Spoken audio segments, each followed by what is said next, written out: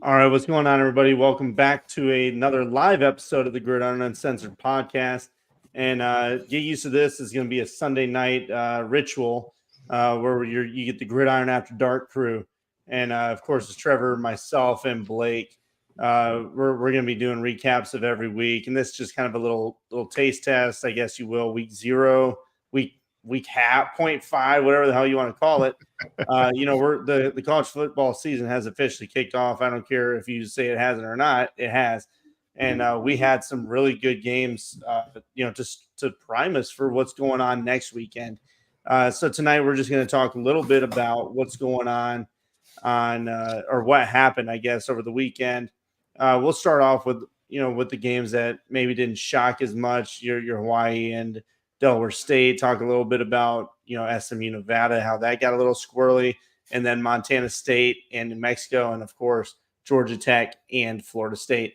So, boys, real quick, instant reactions, I guess, from week 0. What do you feel? Because I know people are like easily getting thrown off on these teams are horrible. ACC sucks. I don't feel that way. I know Florida State. I know what they did, but give props to Georgia Tech too. So what do you guys think about week 0 so far before we get into some breakdowns? All I'm going to say about the ACC is ACC fans prepare for Pac-12. Prepare for the same thing that happened with the Pac-12. Yeah. Where where everyone just kind of got ate up by each other. I mean, it's just kind of where everything is right now. Where with the ACC, I feel like there's a lot of deep teams. I mean, some teams are not impressing as much as others, but Georgia Tech playing as good as they. Well, we will get into that, but either way, ACC prepare for a really, really rough season where every week is going to be a rough week once you hit conference play. Yeah, Blake, what do you think? I just want to throw a shout out to the unis at Georgia Tech.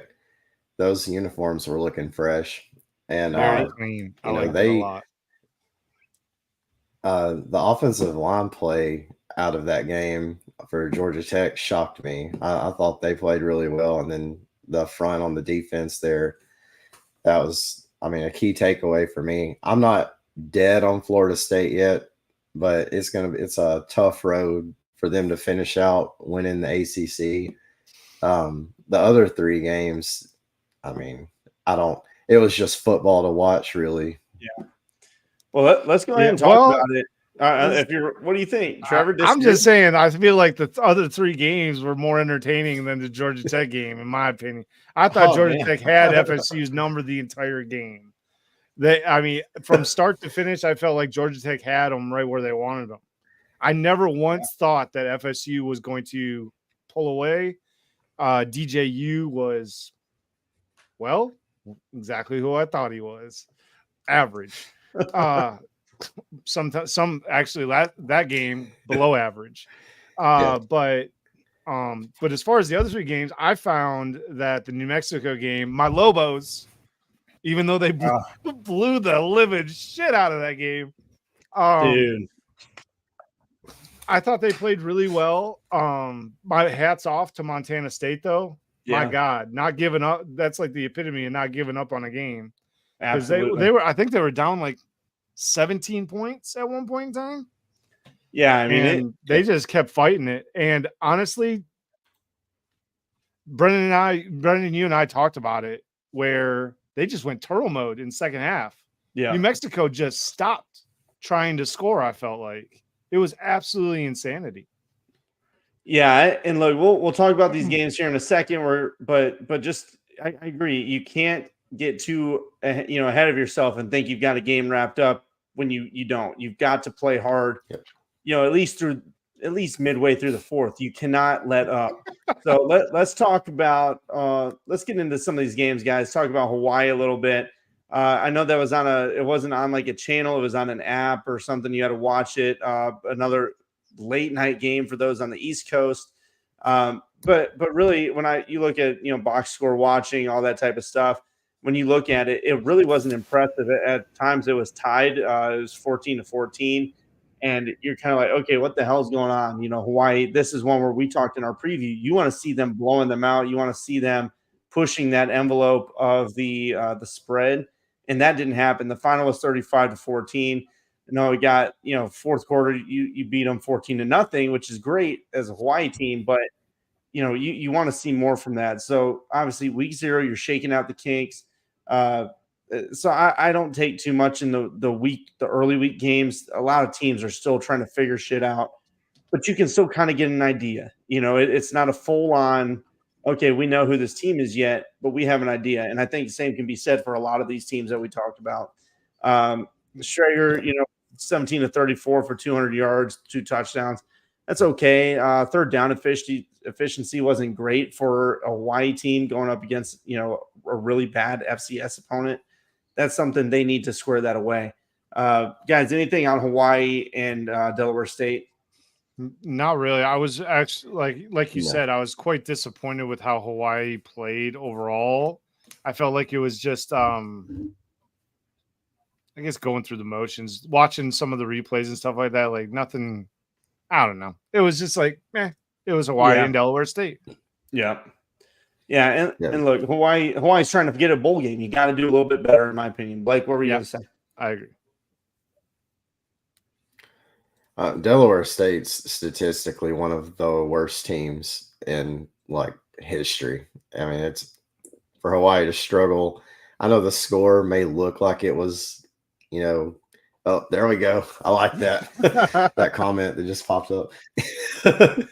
But Delaware State's atrocious. Hawaii should have handled that better.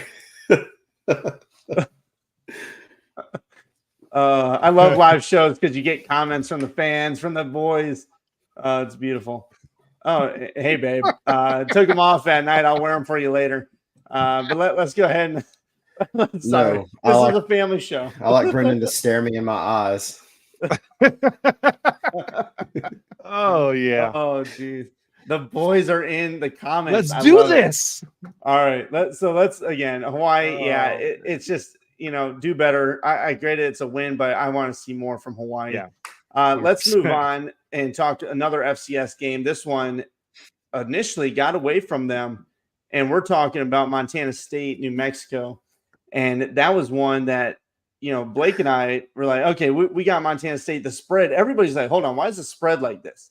What's going on here? And people on Twitter were like, there's no way, like, how dare, I can't believe anybody would pick an FCS team.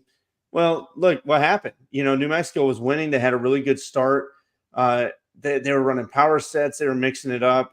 Dampier at quarterback was actually playing really nicely. Trevor, I know you mentioned him in the preview, liking his abilities. But then it went full turtle mode, and you can't do that shit. You cannot do it. On the video games, in real life, it does not matter. If you go full-on turtle where you just try to, milk it away, some stupid shit happens where you drop a pass or two, New Mexico, I'm looking at you, and then you get beat. So this game really, a lost cause for New Mexico and a shitty start at 0-1. I mean, they have, honestly, on the offensive side of the ball, New Mexico has all the talent to hang with a lot of the teams that they're going to be playing with. However, their defense is not in that same category. I thought their defense played okay in the first half, like the offense. I mean, the offense put up 24 points in the first half and then put 7 in the second. Yeah. So the ultimate show of I'm going to go turtle mode and do the bare minimum and not have any respect for Montana State, because that's the way I feel Bronco Mendenhall treated the second half, is not have any respect for the Montana State. Was it Cougars or whatever? The Bobcats. The Bobcats. That's right. I don't know. It was a cat. I was in the family.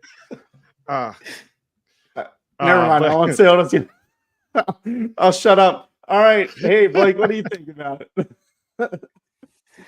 No, I mean, I thought it was a good pick taking Montana State. In the beginning, I was like, oh, that failed me. That didn't work out so well. But I was excited. I thought I was going to get a W. Yeah, I felt the same way. Well, I mean, taking that first L of the day, But the offense got rolling there in the second half. New Mexico, they had no answers. I mean, I was glad to get a win from a FCS there. Yeah, and look, we'll talk about our final rankings here, I guess, on our predictions. But when you look at it, New Mexico, 172 passing, 152 rushing.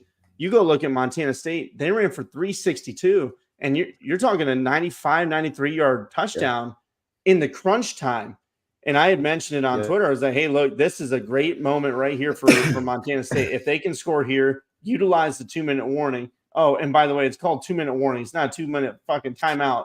I don't know who brought that up. I don't know who calls it that, but it's not. It's a 2-minute warning. Trash. All right. Go, whatever.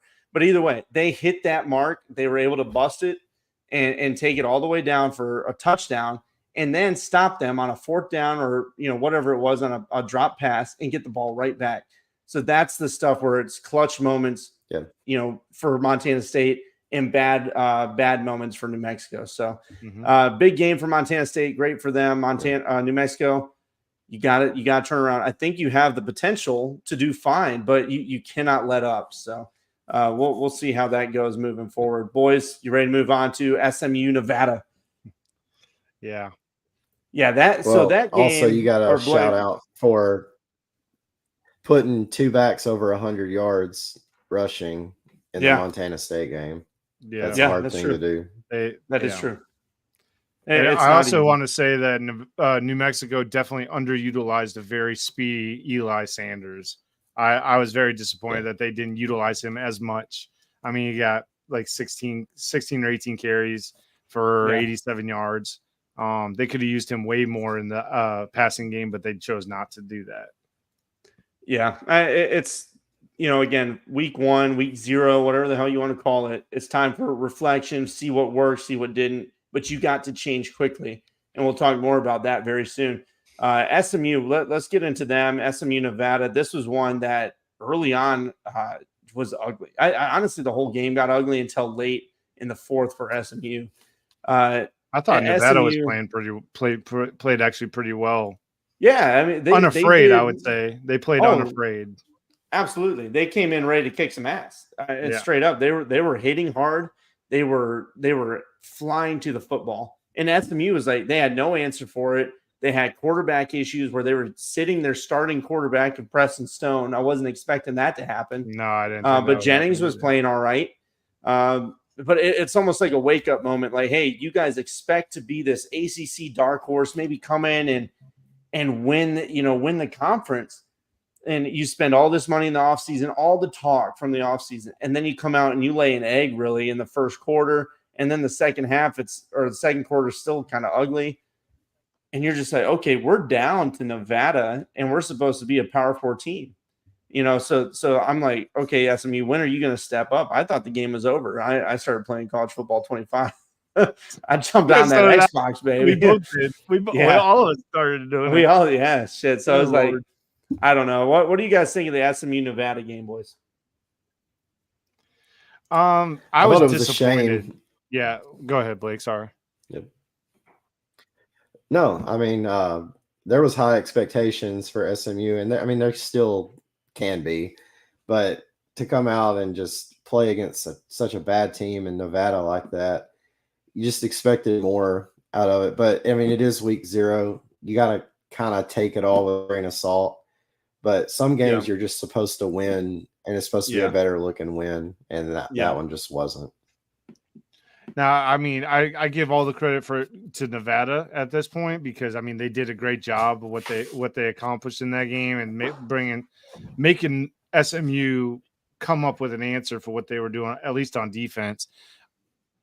I mean, SMU, like you better figure your shit out because at the end of the day, the ACC is not the Mountain West, and they definitely have a few games where they better show up or they're gonna be looking quite ridiculous against some of these teams, even against like a Georgia Tech and some of these other teams that are playing well right out the gate.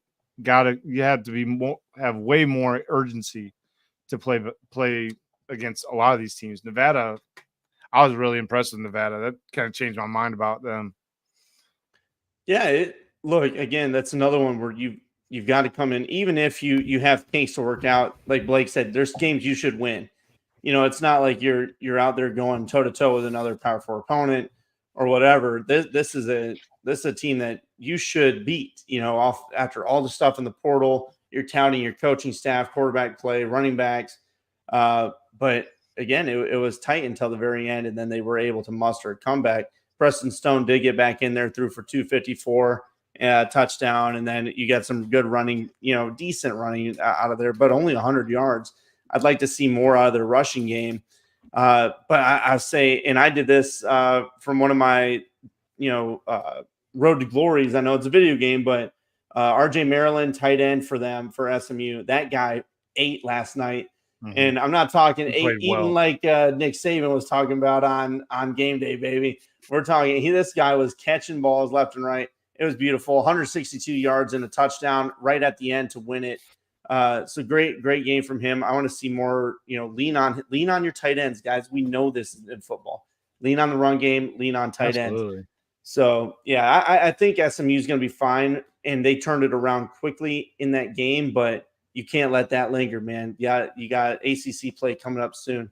Guys, anything else on this game? I again, you just gotta lean on what you know you can do, and you got a strong O line, you got a strong tight end play. Use it. Yeah, I mean, I don't know. My outlook for SMU is not as good as it once was. I'm not trying to just week 0 and it's just like no big deal. But we're laughing at the comments, the live. Oh Lord! Anyway, I love live shows. Go ahead, Trevor. Anyway.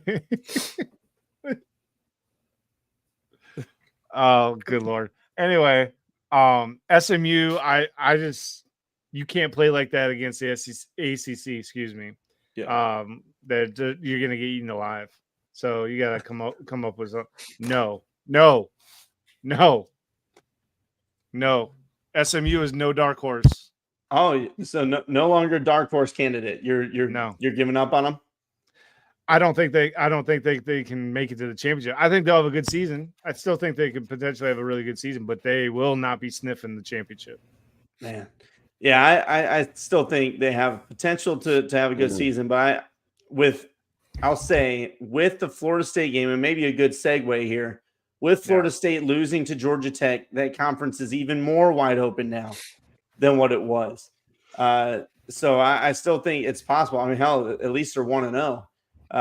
And they didn't suffer a conference loss. So let's go ahead and talk about Georgia Tech, Florida State a little bit, because that one, obviously tough loss for Florida State, great win for Georgia Tech. But that was one where Georgia Tech, comes in, they're underdogs. They're maybe a dark horse. We called them a danger team. Or at least I did it in the previews. And Florida State comes in with a lot of talent, a lot of guys coming in from the portal, and it all rests on DJU's ability to connect with these wide receivers, because they're supposed to have a really good offensive line, and the defensive line was even mentioned as the best D line in the country. Which I initially was like, Pete Thamel's a fucking clown, but hey, he did block me on Twitter, so that was pretty awesome. I wear that as a pride of badge of honor. But either way, you say that, hey, they're the best D-line in the country. I'm like, hold on now. Yes, they got players, but go look at who else is out there. And then they end up getting ran on like that. So it was just a little surprising to me how Florida State got manhandled at the line of scrimmage. Guys, what do you think about the Florida State game? Georgia Tech coming out with that big win in Ireland. I would be embarrassed to be a Florida State fan. Yeah, I just would quit. I'd switch to Florida, honestly. God, dog. That's better. You got better odds of winning a real game as a Florida Gator fan. Yeah, maybe coming out. You know what? Better. You know what? Better yet, become a UCF fan. Oh, they know how to play offense. They know how to play offense. I mean, they're pretty good at it. Actually. Well. The offensive line for Florida State was an embarrassment.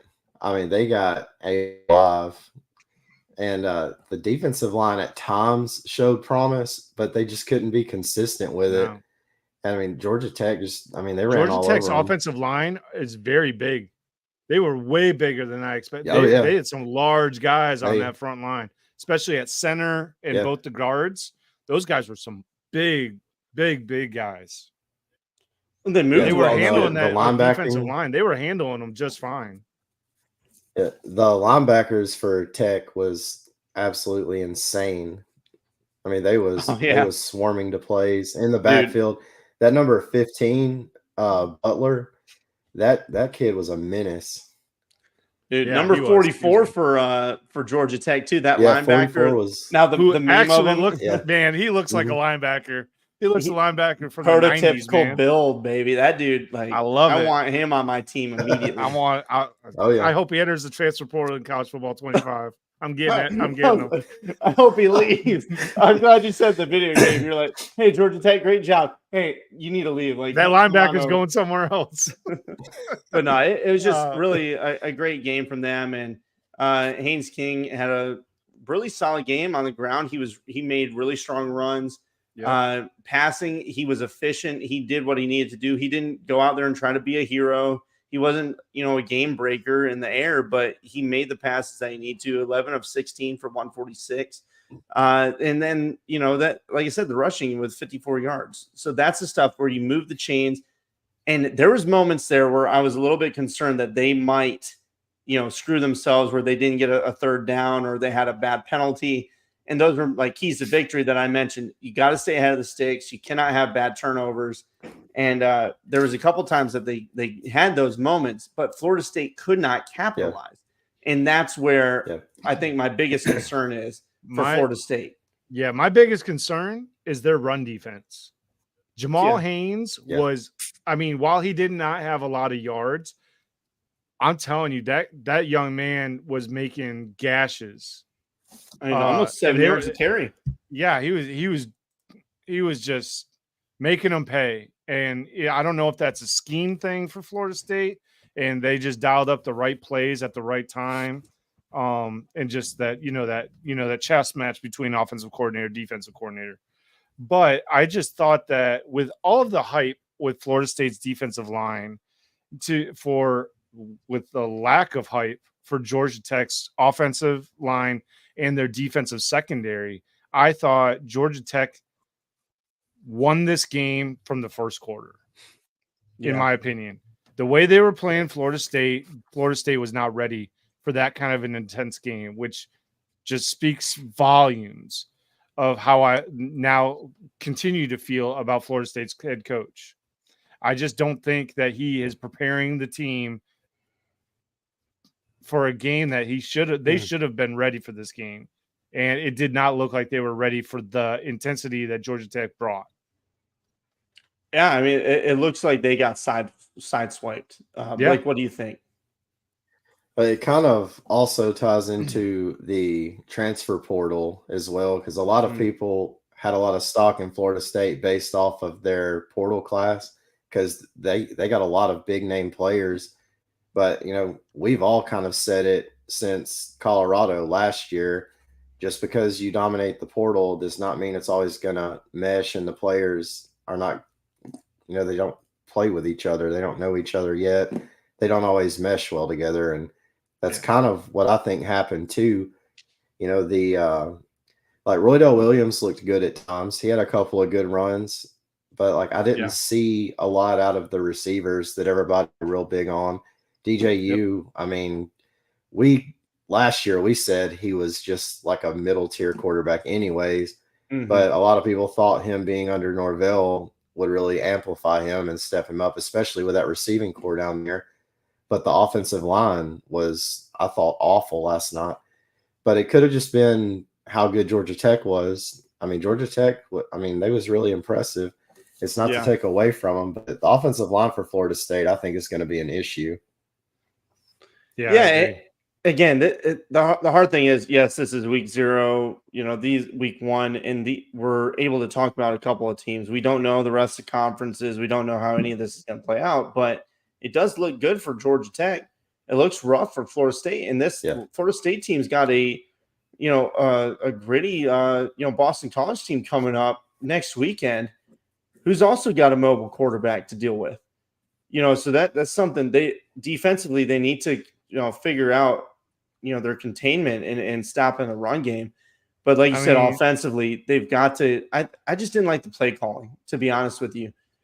You saw the stat for DJU early on. Yeah, he had a really good completion percentage, but most of the yardage was within like 4 or 5 yards, of scrimmage. That they weren't pushing it downfield, and then they couldn't run. You're looking Roydell, like you said, he had a couple of decent ones, but he was only getting 3.2 yards a carry to Philly at 4. Jalen Lucas had the most at 6.5, but that was on like 2 jet sweeps. So, he looked pretty good. So I want to see Florida State get more out of Jalen Lucas. I want to see them get more out of this offensive line and help out DJU. Don't just put the game on his shoulders. You got to get the run game going. Yeah, you should have been able to run all over Georgia Tech. Yeah, they should. You're right. They should have. And here's the problem, guys. For Florida State especially, they get a little bit of a break, so they don't play again until Monday, September 2nd. But that's against Boston College, who I don't know how you guys feel about them, but I feel I'm actually higher on Boston College than I was Georgia Tech. Let's see if that actually plays out. But then after Boston College, they turn right around that following Saturday. They play on Monday, then they have to play that following Saturday or the next set. Now they have a bye week, then Saturday. Then they got Memphis, Cal, SMU. And then October 5th starts what I would say is the gauntlet for them. Yeah. And I think what you're getting at here is if they don't square this shit away quickly, it could get ugly real fast for Florida State. Yeah, precisely. My translator. And look, this is not obviously these are a lot of what ifs and whatever, but it could happen. You've got to be realistic about this if you're a Florida State fan.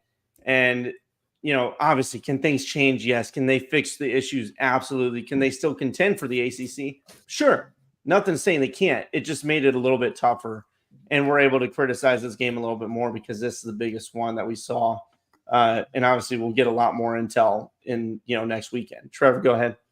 Oh, yeah. I was just like, Georgia Tech's got a nice little slate going on that I think they should be excited about. I mean, they got Georgia State this coming Saturday. And then Syracuse, VMI, and then I would say the real start of the ACC starts on September 21st against Louisville at Louisville. And then the rest of the season for Georgia Tech gets a bit rough after that.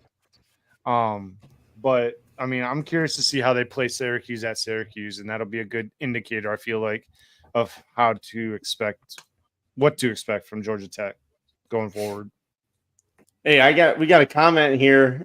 Just got to pull it up, and he's talking about SMU having a better record at the end of the year or SMU having a better one than FSU. Do you guys think that's possible? Oh yeah, it's possible. Oh, it's definitely possible, especially with FSU's schedule. Man, and if they keep playing the way, if DJU keeps playing the way he did, well, I don't think he played terrible.